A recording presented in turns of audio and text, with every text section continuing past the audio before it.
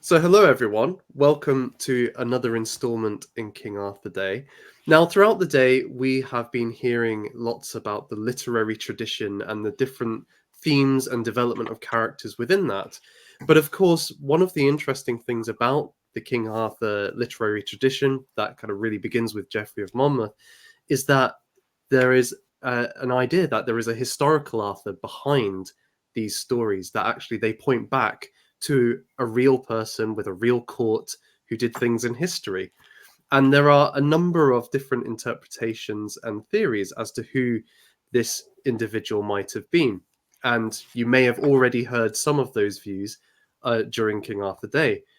But in this stream, I'm delighted to be joined by Adam Ardrey, who is going to put forward his own perspective on that. And indeed, before we get into it in particular, into your presentation, Adam, you've actually written books outlining your case more fully, not just with Arthur, but with other Arthurian individuals as well.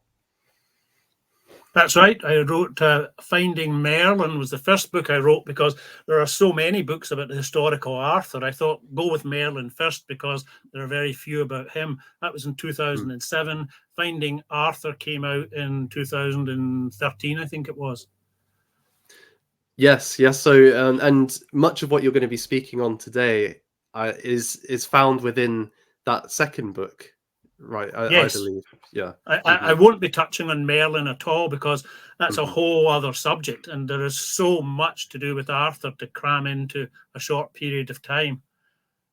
Yes, indeed. So I won't hold you up from that any longer. So let me bring in your slides, and feel free to go at your pace, and just tell me when you want me to move on a slide, and I'll do that for you. Okay, you fire away if you will then, and I'll just introduce myself. Adam Ardrey is my name, and I had no particular interest in Arthur or Merlin. I thought the same as everyone else did, that they were semi-legendary figures, something to do with down south.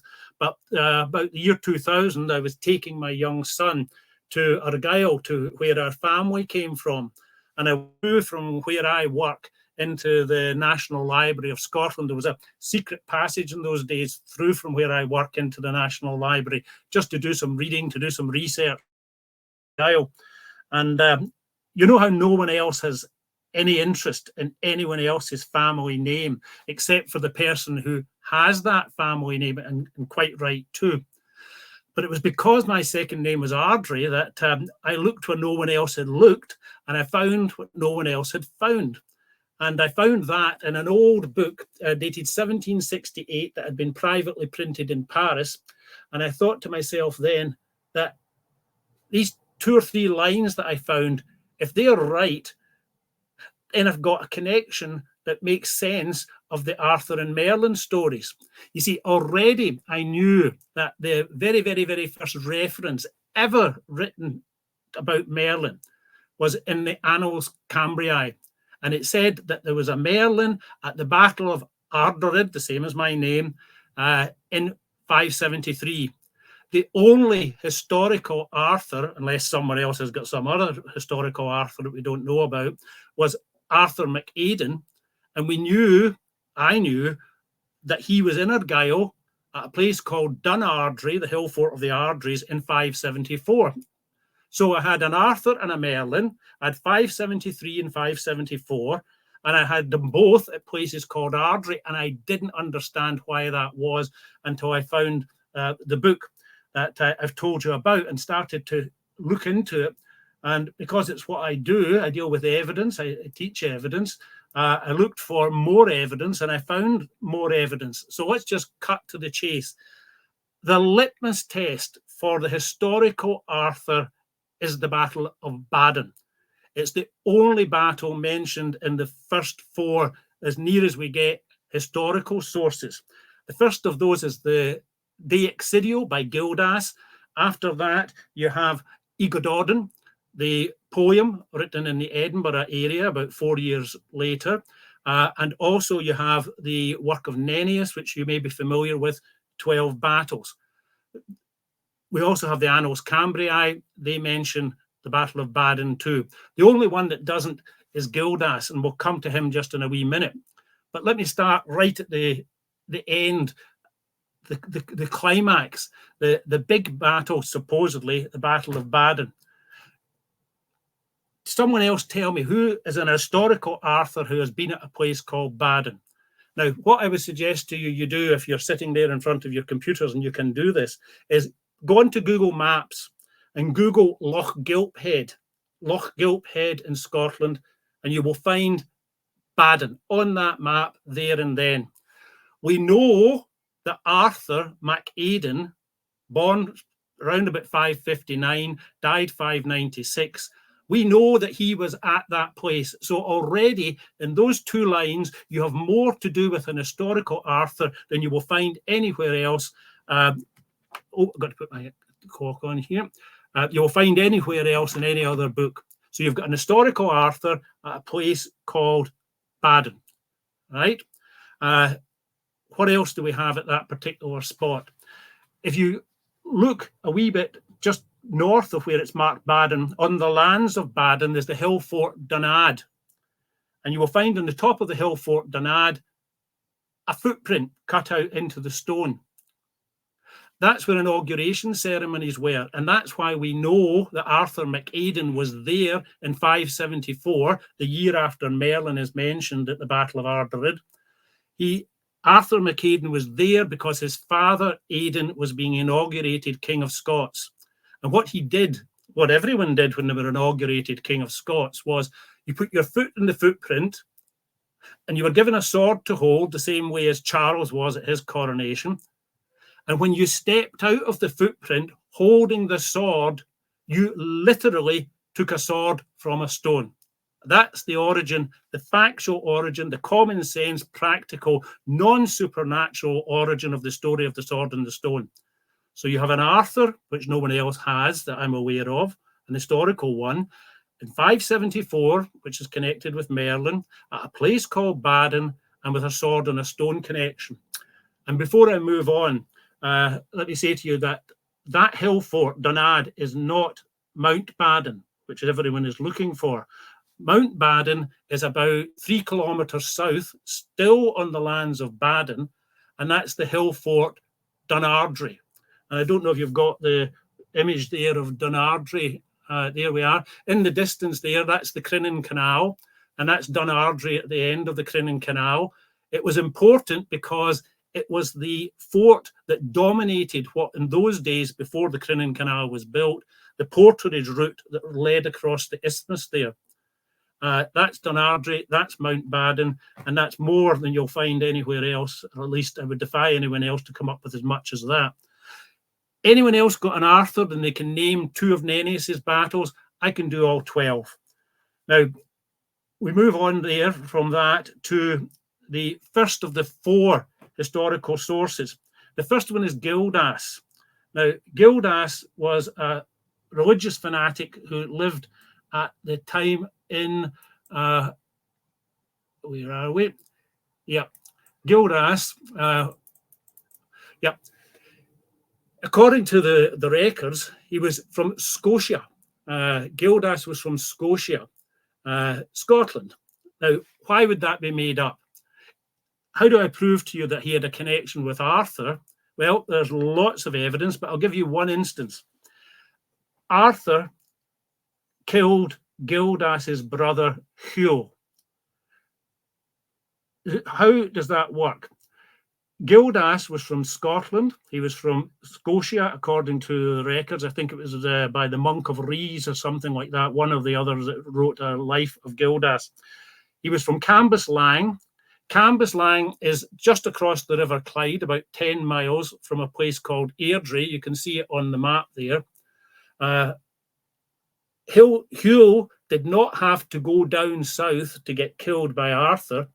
And Arthur didn't have to come up north to kill Hugh. They lived chalk next to each other, about 10 miles away. Arthur had an HQ on Ardrey Hill.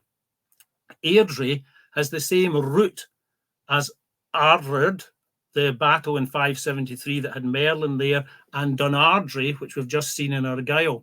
And that's my name. Now, let me emphasize to you, I say there is nothing at all special about me or my family. There is no Da Vinci Code nonsense involved in this.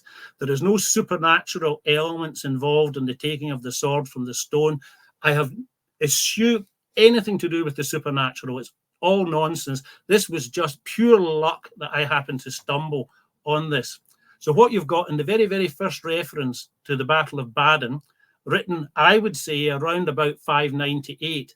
And I know some of you will be saying, oh, wait a wee minute, does it not say somewhere that Gildas died in 570? That's not actually accurate. He died in around about 598. He wrote De Excidio, 10 years after the Battle of Badon. And he wrote that probably down south, but he originated from up north. He came from Cambuslang, and that's where his brother was killed. So that's very, very briefly to do with Gildas, because I want to come to what's on the map at the present time, and that's the Nennius battle map. Do you happen to have, Nathan, Professor Alcock's map there, his battle map? I'll need to move through the slides, but I do have it. Yep, here we go. Let's see if we can find that. There he is. That's it. Okay. Now, this is Professor Alcock's battle map.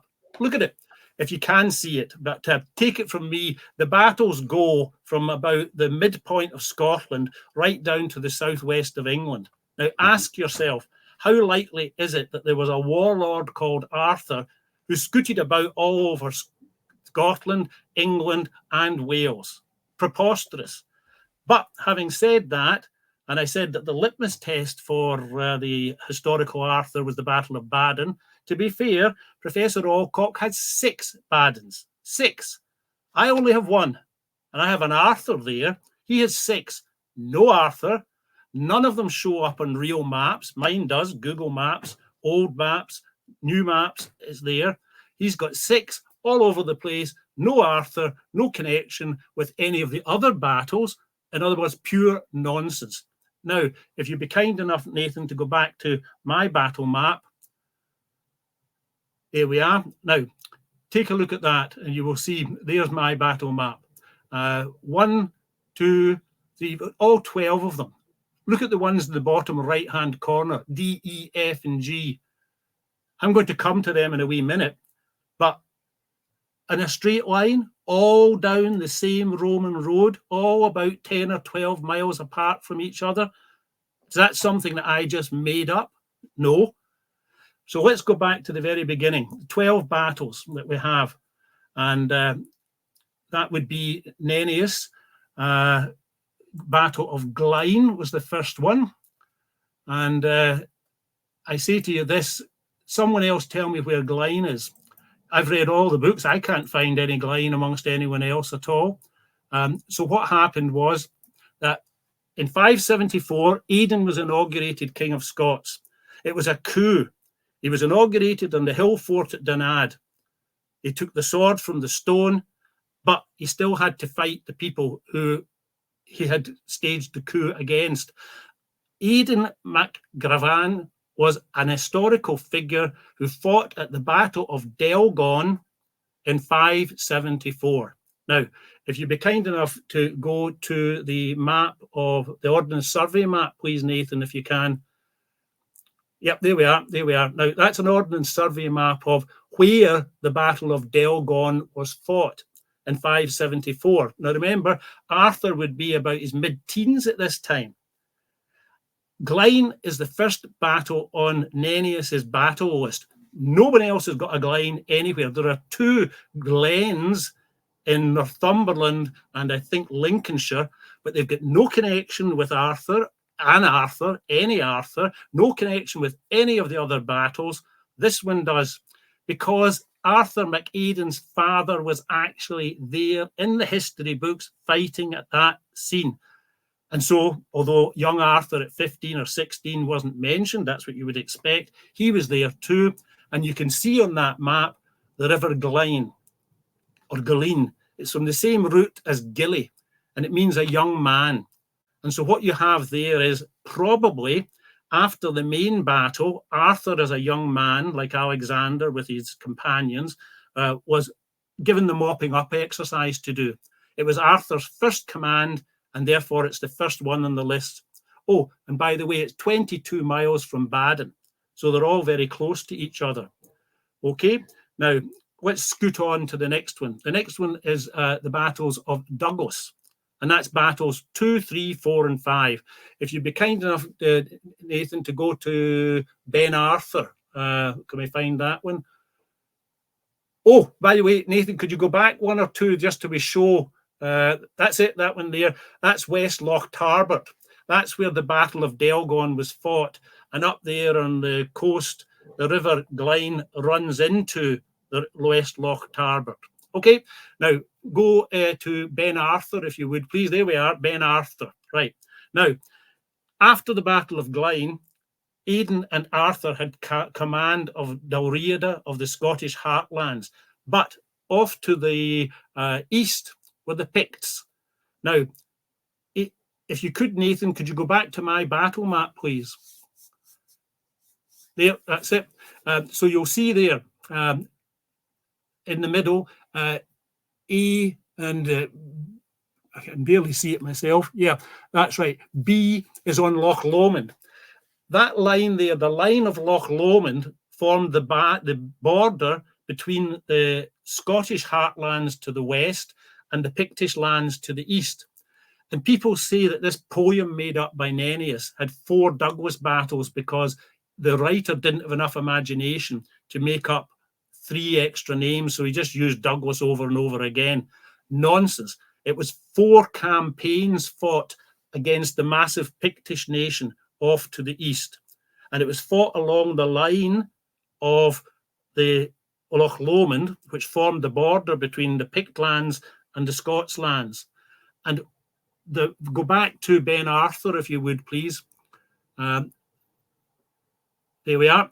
Ben Arthur. Now, there are innumerable mountains in Scotland. One of them is called Ben Arthur, and it's called Ben Arthur because it commands the pass that leads from Loch Lomond into the Scottish heartlands. It's where Arthur would have his headquarters. And the Douglas battles were fought in a place called Linneus. The land around about Loch Lomond on the west side of Loch Lomond, 5 miles from Ben Arthur, is where Glen Douglas is, where the River Douglas, the Douglas Water is, 5 miles from Ben Arthur, practically in the shadow. What are the chances of that? And Nennius says it was Douglas in Linneus. We have the Douglas lands in what we even today call the Lennox. It's the same route altogether. Okay, back to the battle map, if you would, please, Nathan.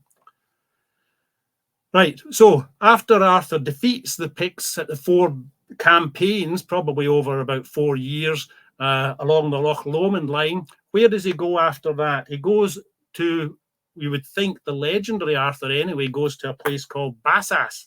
No one has been able to find a Bassas of any kind. I have got books sitting behind me here that say it cannot be found. There is no Bassas. No one knows where it is. I won't bother you with Professor Alcock's map, but I don't think it's on that. But in any event, after Arthur defeated the Picts at the 4 battles of Douglas, what did he do? What would you do? You would attack the Picts in their capital. If you could go to the river crossing, the river junction one, please, Nathan. That's the one where the Erne and the Tay have a confluence. Oh, I don't think I have that one, I'm afraid. Well, you don't have that one, right. Go to the coin one then. Yeah, sure. You've got that, right. What I was looking for there is there's a aerial image of where the Erne, the rivers Erne and the Tay meet around about Perth. If you're on Google Maps, go to Perth and you won't be very far away, okay? So what you've got there is where the rivers Erne and Tay meet, is where the Romans built a massive Roman fort. You can still see from the air the lines of the Roman fort. Now, they put it there because it was strategically the best place to put it. And I'm just watching my time. Yeah, I'm doing okay. It was strategically the best place to put it. So a couple of 100 years later, that's where the Picts put their capital. Because it's the Pictish capital and Arthur's on a roll, having beaten them at 4 Douglas campaigns, he attacks them in their capital. And what's the capital called? It's got various different Pictish names, but 2 bridges were built there by a Roman called Bassianus. And the bridges were the ones that gave their name to the Battle of Bassus. Now, it gets complicated after this because you know who Bassianus is. It was Caracalla. That's who it was. Caracalla, who went on to become emperor of Rome. He built the bridges there, and that's the echo of his name, echoed down over maybe a couple of hundred years. He was around about 209, and we're talking about a time which would be about 2 or 300 years after that. But he was still remembered, and you know why he was remembered? Because Caracalla means, cara is like from the Italian, cara means deer. In the Gaelic, which I don't speak, it means the same type of thing. Cala is Caledonian. Caracalla means he was effectively a Caledonian lover. He was someone, like you would say in this sort of derogatory in the American West, someone would be an Indian lover.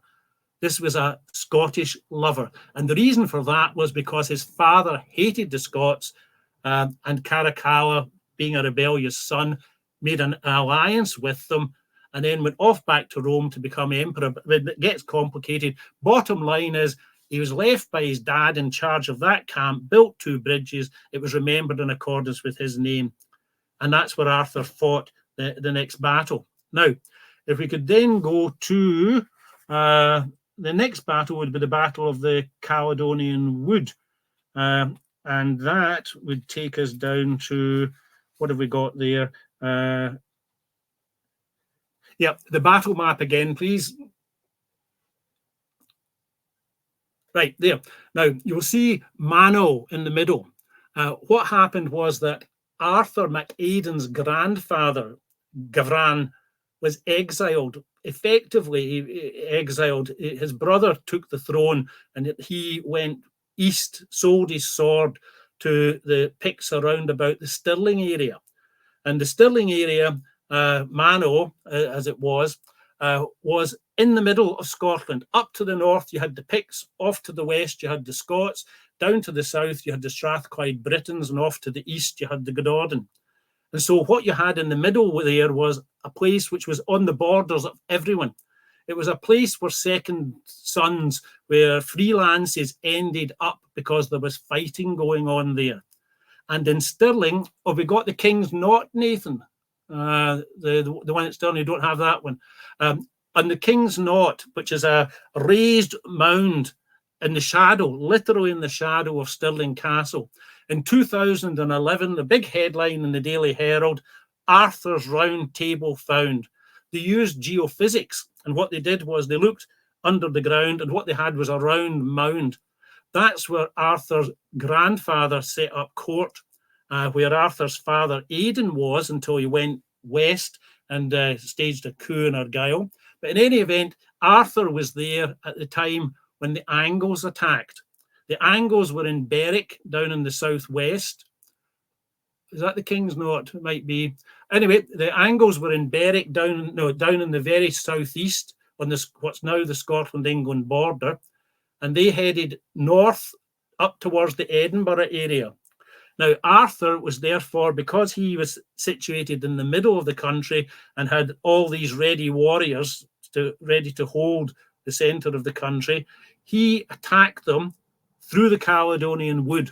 And that's why the Battle of the Caledonian Wood, which is D on the map there, D on the map, was not a specific point. It was like the Battle of the Wilderness in the American Civil War. It was fought on a sort of running basis. And that's because Arthur was attacking the Angles in their flank, while the Britons of the Strathclyde and while the Gordon Britons in the Edinburgh area got their men ready to fight. Arthur's men were ready and raring to go. They held the ground while the others gathered their armies together. And so there was the Battle of the Caledonian Wood in no specific spot until they got to E.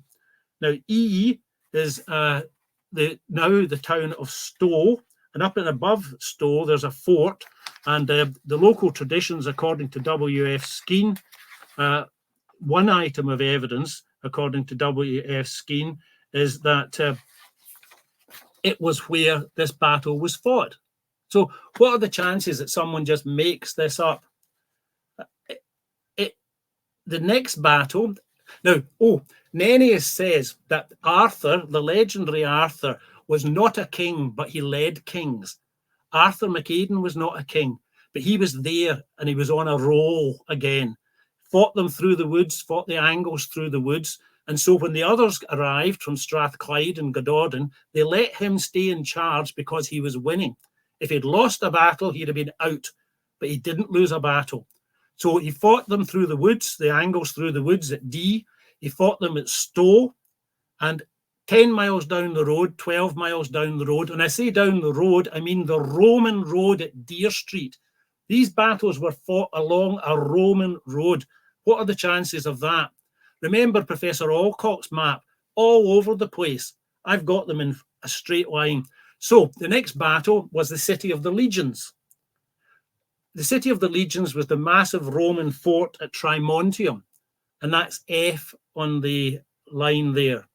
So that's the next battle. Arthur's still on a roll. He's pushing the Angles back towards the Berwick, towards the what's now the Scotland-England border. The next battle is a battle that's called by various names. Tribruit is one of them. And you could read until you're blue in the face all the various versions that come up to do with Tribruit. Another version of it, and is one of 40 different books, handwritten books to do with this. It's called Trevroit. It was the river Teviot, where Monteviot is today, where the Roman road Deer Street crosses the Teviot River. That was the last battle in this campaign against the Angles. It was fought at Tribruit, Trevroit, Teviot. And again, someone going to tell me this is all just a coincidence. In any event, Arthur won the day yet again. And that's why, having saved Edinburgh, to stop the Angles working their way up towards Edinburgh, Arthur pushed the Angles back with the Strathclyde Britons and the Britons of the Gododin, and they remembered him. They remembered him because the stories were told about him. And that's why today, did we have a Arthur's Seat one, Nathan? Do we have one of them? Yep, there's Arthur's Seat. It looms above Edinburgh, where I work. And that's why it's called Arthur's Seat. That's why Ben Arthur's called Ben Arthur, and that's why Arthur's Seat's called Arthur's Seat. Why do you think that we up in Scotland decided that we'd take an English hero and give him a name check up here? It's because he saved Edinburgh back in the day. And then we come to the third of the four historical sources, the very, very, very first ever time that Arthur's name is mentioned anywhere at all. And that's in a poem called, and I have no way of pronouncing this correctly. If someone else knows how to pronounce it, fair enough. It's called Igododin. And I'm just checking my time here. Yep, still got a wee bit of time. It's about 100 odd verses long, and what it is a praise poem of, so-and-so did very well here and so-and-so did very well there. It was written in Edinburgh in about 600. It was written by a man called Áedán, and that's a whole other story. But one warrior that Áedán writes about, he says, he's a great guy, does this, does that. And it says, he fed black ravens on the wall of the fortress, although he was not Arthur. And I'll do it in Scots. He gave the ravens their scran at the top of the fort, but he wasn't Arthur. And so you can see from that in 600, people knew Arthur. He was the standard by which you judged yourself. If you were talking about your pal and you say, he's a good footballer, but he's not Messi. This is the way they talked about this Arthur, and they did not need to explain who this Arthur was because they knew. And so what you're told in the books that are written down south is that, the story of the legendary Arthur had obviously been so famous that it worked its way all the way up to Edinburgh, well, this guy wrote about it in 600. Nonsense. Is it not more likely that they knew him because they knew him? Because Arthur MacAedán died 4 years before Áedán was written. They knew who he was. It was written by a man called Áedán, who was Arthur MacAedán Bard, and it was written in a place, Edinburgh, which is an Arthur seat, and which about 20 miles to the west is where Arthur MacAedán died. And I say Arthur, meaning the legendary one. He died at Camlan. Arthur MacAedán died at Camelin in Falkirk. They're the same place. Do we have the Roman fort there, Nathan? Yeah, there it is. That was it. Yeah. So there's Camelin in Falkirk. That's where Arthur MacAedán died. See those lines at the bottom? 4 massive Roman trenches that were still there in the 18th century. So they'd be still there, you know, the same way as the bridges at Bassas were a couple of hundred years later. Those trenches were there. Cam means twisted. Same as in Campbell means twisted mouth. Lan is from the same root as land.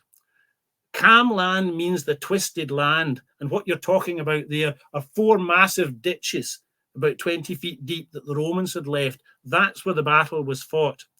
And up at the top left-hand corner, it's now the practice area of Falkirk Golf Course.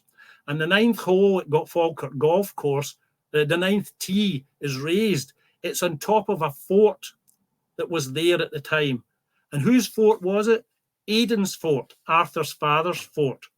He fought there along the ditches against the Gododin leader Mordred, Morcant, and that's where Arthur died. And he died. There was none of this nonsense about taking off to somewhere to be born again or anything like that. All supernatural nonsense. And where did he get taken to? Where would you take Arthur, the legendary one? You would take him to Avalon. And what is Avalon? It's an island set in the Western Sea. And where was Arthur MacAedán taken to? His family burial ground was Iona, an island set in the Western Sea. Has anyone else got an island set in the Western Sea? Anglesey, the Scilly Isles, the Canaries, something like that.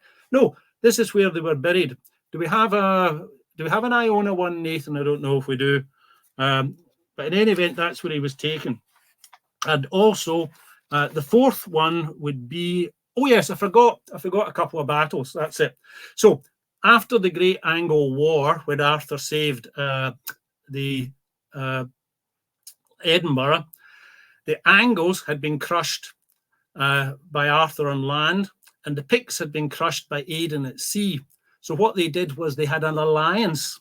The Angles went from Berwick. If you're Googling maps, you see they sailed up to Perth.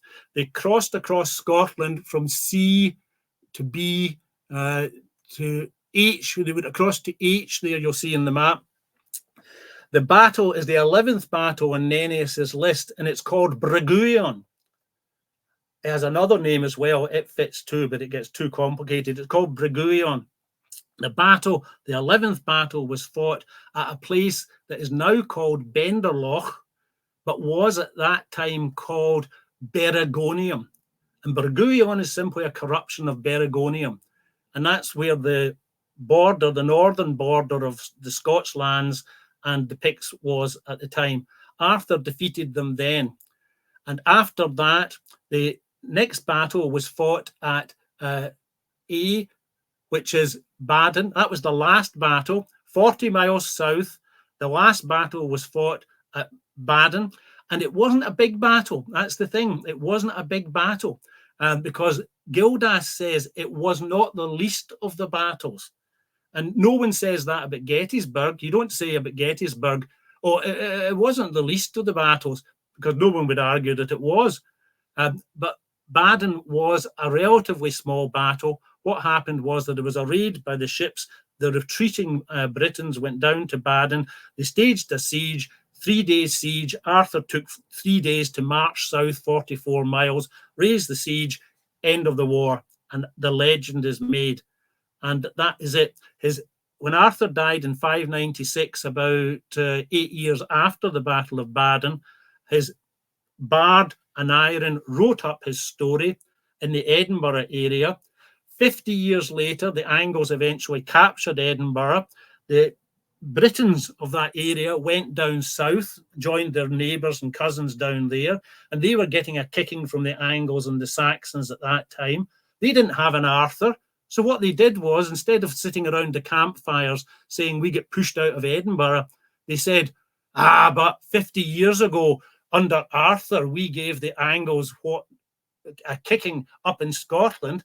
And so the people of the south, the Britons of the south, who didn't have an Arthur and were getting liberally beaten all over the place, which is why they were pushed back into Wales, they just adopted the stories. And the stories began to be told over and over again until eventually you forgot that he was the son of Áedán, and he was said to be the son of the Pendragon, which is another easy story to explain. And it became adopted down there. And that's why Professor Alcock has a map that has Arthur all over the place. And you haven't got an Arthur at any particular time. You haven't got an Arthur at any particular place because he didn't exist down there. He was a man who lived probably from about 559 to 596, fought those 12 battles, plus the Battle of Ardrey and the Battle of Camlan, and that was it. End of story. Oh, and just before I finish, I think that's just about half an hour, Nathan. The Welsh Annals are where we begin to move from this sort of echoes of history into the legend making. No one really believes that Camlan was fought when it's said to be in the Welsh Annals. No one believes that the Battle of Badon was fought when it was said in the Welsh Annals. Anyway, there's no Arthur attached to any of that. But if you look in the middle of it, of the first 150 years, you will see Arthur's family mentioned. The real Arthur, Arthur MacAidan's family, is mentioned in the Welsh Annals in the first 50 or 60 years. And quite a few of the references there are to Arthur MacAidan connected. And the stories were buried. So there you are, as fast as I could go through the first 4 series, all connected with Arthur MacAidan. If you want to know about Guinevere, Lancelot, Excalibur, I'll finish with Excalibur just for the sheer fun of it. Excalibur wasn't always Excalibur. Excalibur was Caliban. What Caliban is a corruption of. It were written by French guys later on. They didn't just make up all of it. They used what the stories were that were going about. Cal is from Caledonia. Iban is from Iber, Hibernia. So you've got the sword that came from Scotland and Ireland. Excalibur, the sword that came from Scotland and Ireland. It was brought across from Ireland to Scotland in about 500 when Arthur MacAidan's great-grandfather, Fergus More MacAirk, came across, bringing with him the Stone of Destiny and the sword Excalibur. That's where the name of the sword came from. It was a ceremonial sword, and that was it. It was used, and now it's gone. Stone of Destiny is still about, right enough. But that's it. And so I'm happy to answer any questions you've got. I hope I haven't gone too fast, but there's just so much stuff to get through. When I did a talk at the National Library of Scotland, I handed out a bit of paper that had close print 123 different suggested questions. And so if anyone's got any questions, I'd be happy to take them. But that's subject, of course, to what Nathan has to say. Nathan, that's me done. I hope I haven't gone too fast, but there we are. Thank you both. Thank you, and any listeners for their time. That's me done. Well, thank you so much, Adam. That was truly fascinating. And as you said, you did an amazing job for how quick you had to do it as well. So I'm very grateful to that. I get a couple of questions. One is that you mentioned at the end, or towards the end, the Battle of Camlan, and this being where Arthur is killed, and placing it at Falkirk. And so I was wondering then, in the annals of Wales, you have Mordred or Mordraut as a character who's named in that. It's not actually said whether, as in later tradition, he's the one that killed Arthur or was involved against Arthur. but there is a mention of an Arthur and a Mordred both falling there. So I was wondering if you could say a little bit about that. Yeah. There was a chap around about at the same time called Urien of Reged, and Reged was down in the sort of Scotland-England border in the west, and he had a son called, what was his name? Ewan, that's right. And, you know, these were great warriors. And if I remember correctly, Urien was murdered by a number of people, one of whom was, well, the names change, of course, Mordred, Morcant, that kind of thing. It was a prince from the area around about Edinburgh. And so it was the same fellow that killed Urien. Now, it was a bad lot altogether. What happened was that Arthur, based in Stirling, the Picts rose and Arthur went north to fight them. And while he was up north, Mordred came in from the east and attacked Arthur's lands in the round about the Stirling area. So Arthur, having fought a battle, like the Battle of Hastings, remember, Harold went north up towards Stamford Bridge and beat the invaders there. And then he had to come back down and he had to fight William at Hastings. Arthur had to do much the same thing. He was effectively stabbed in the back by Mordred. And the best source for that is the Vita Merlini. And you will see that in the Vita Merlini, that has Merlin going from his home in Glasgow, yes, Glasgow, to the Falkirk area and meeting up with everyone. And the person who is in charge there at that time, having taken that land shortly before, was Mordred. And Mordred's wife arranged for Merlin to be killed. And so what you've got is Mordred in Arthur's land shortly after Arthur is killed, because Mordred betrayed Arthur. And it was the same character that did that. And so again, he can be situated in Scotland too, according to the Vita Merlini, who has him specifically in a place called Dunipace. Dunipace was the hill of peace. It was the place where people got together, like the United Nations. It was in the centre of Scotland. That's where you did your parleying. And Merlin came there, and Merlin he refused to go along with Mordred. 3 years later, he had to go back again. But before he got there, he was killed at a place called Dramelzir. Now, you can look up Dramelzir and you'll find it's down in the border somewhere, about 60 miles from Glasgow. It isn't. There's another Dramelzir on the old maps. The old sources say it's 30 miles from Glasgow. The one I found, 30 miles from Glasgow. And that's where Merlin lies buried to this day. And I don't know if I've wandered off there, Nathan. No, that's great. And I would actually add as well, even in Geoffrey's History of the Kings of Britain, Mordred is the son of King Loth of Lothian. Yep. So even in there, if people are wondering, oh, this tradition is still there in the kind of official stories, as it were. Yeah. So it gets carried over, that Mordred is from Scotland, and Gawain, his brother, as well, which would maybe then lead some credence, if he's related to Arthur, even in there, to thinking, oh, maybe there is a Scottish connection going on here. Go ahead. I think he was related to Arthur. Arthur had a sister called Anna who came from Glasgow. And she had, I'm trying to remember exactly the two sons that she had. Oh, yes, Gawain. She had Gawain and another one. Gawain is the same root as Govan. That's where Gawain came from, was Govan in Glasgow. And it gets complicated, but it all fits in. Merlin was there at the same time. That wasn't Merlin's real name.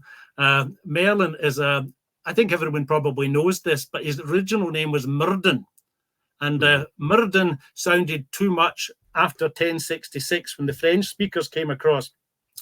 Myrddin sounded too much like the French word merde, which means excrement. So I think it was Geoffrey of Monmouth, simply took Myrddin and changed it into Merlin.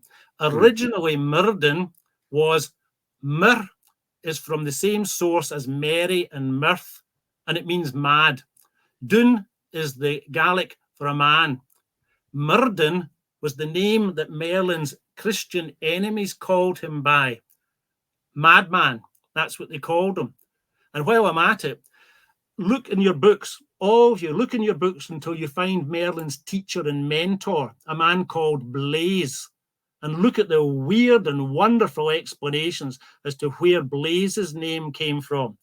Blaise is a corruption of the Gaelic, and again, I can't pronounce it properly, but it's a corruption of the Gaelic for blasphemer. That was not his real name. His real name, he was called blasphemer by the Christians, and the victors write the history. His real name was Cathan, the Druid, and Cathan simply means battler. And he lived at a place called the island of Whiteinch in Glasgow. And now I'm straying on to the Merlin. Stop there, go back one. Yeah, that one. You'll see there, Ardrey Street. Now, again, I emphasize this has got nothing to do with my family. There are no special families or anything like that. It was just sheer luck that my name happens to be the same as all these names that connect with Arthur and Merlin. Ardrey Street is in Glasgow, and it's exactly where 3 sources of evidence say Merlin's house was. And if you went from Ardrey Street and continued into that picture, half a mile, you would get to the point in the middle of the River Clyde where Whiteinch, the White Island of the Druids, was. It's now been taken away. It was dredged away to allow ships up and down the Clyde. And that's where Cathan the Druid came from. And if you go, just pick another picture that we haven't looked at, Nathan, and I'll just say something about that. That's it. That's it. Ben Arthur, done that. We've done Camlin, done that. I think we've done them all. That's about it. Okay. Any other questions, Nathan, or anyone else? I'm happy to take them. I think that's our time, I'm afraid, Adam. But, okay, that's perfect. It's been absolutely wonderful, and I would recommend that everybody go away and have a think about it. Even if you're skeptical, go and buy the book, see what you think of it, see the evidence for yourself. And I think Adam's done a really great job of explaining his case, and it's definitely made me want to go and see a lot of these sites for myself and go on a tour of Scotland, as it were, for all of the sites of Arthur. So I want to thank you, Adam, for your time, and for your great fun, enthusiasm, and for sharing your knowledge on this topic with us. Yep. And I would say, if anyone has any questions, and they can contact me, I'll do my best to answer any questions that anyone has. Mm-hmm. Okay. And I'll put your Twitter profile in the description to the video so people can find you quite easily there. Fine. Super. Fine. Thank you, Nathan, for your help in the technology side of things. No problem at all. No problem at all. Thanks, everybody.